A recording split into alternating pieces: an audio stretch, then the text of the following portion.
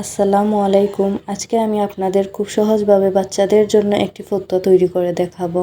কাপড়টি এখানে আমি 4 পাট করে নিয়েছি।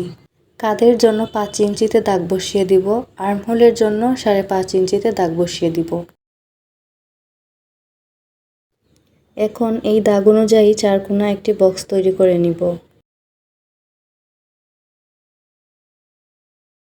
গলার চওড়া নিচ্ছি 2 ইঞ্চি পরিমাণ, পিছনের গলা 1.5 ইঞ্চি ও সামনের গলা 3 ইঞ্চি পরিমাণ।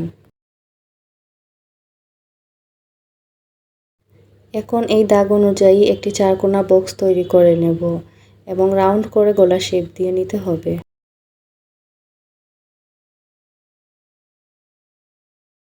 বডির মাপ নিচ্ছি 5.5 ইঞ্চি ও 1 ইঞ্চি নিব সেলাইয়ের জন্য।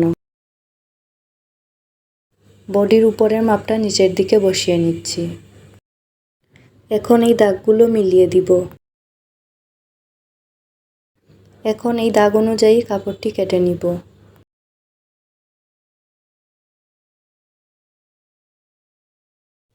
ফতুয়ার পেছনের পাটটি সরিয়ে সামনের গলাটি কেটে নিব।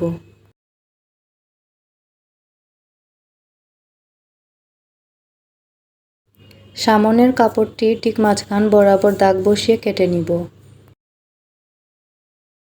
তো সেলাই করার জন্য এখানে আমি সামনের পাটের কাপড় দুটি নিয়েছি। জামাটি সোজা রেখে পট্টির কাপড়টি বোতামের জন্য সেলাই করে নিব। এখন পট্টির কাপড়টি ডাবল ভাঁজ দিয়ে সেলাই করে নিব।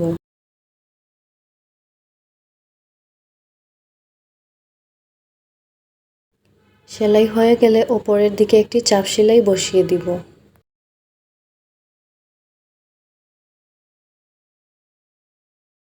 জামার এই পাশেও এখন পট্টির কাপড়টি জয়েন করে নিব। এই পাশের পট্টির কাপড়টি একটু বড় নিতে হবে। এই তো সেলাই করা হয়ে গিয়েছে। এখন দেখুন কাপড়টিকে আমি কিভাবে ভাঁজ করে নিচ্ছি। কাপড়টি ডাবল ভাঁজ করে নিয়ে একদম সোজা করে সেলাইটা বসিয়ে দিতে হবে।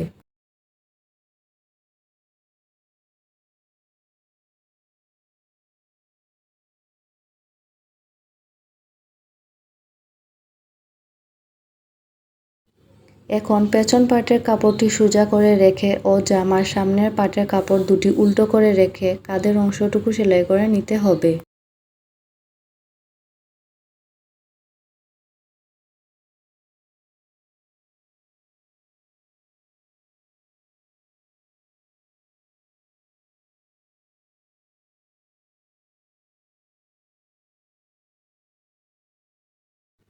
এখন জামার গলায় এই পাইপিংটা বসিয়ে নিব।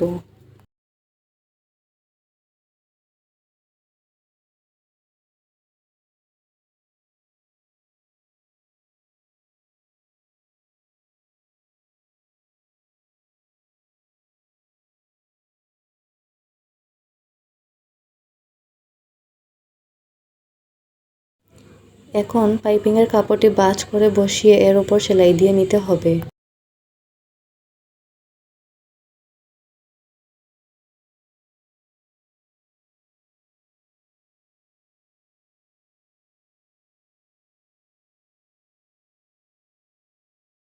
এই তো গলায় পাইপিংটা বসানো হয়ে গিয়েছে। এখন আমি একইভাবে হাতায়ও পাইপিংটা বসিয়ে দিব।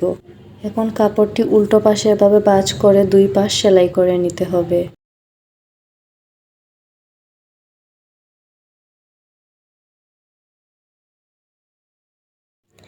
এখন জামার নিচে পাইপিংয়ের কাপড়টি বসিয়ে সেলাই করে নিব।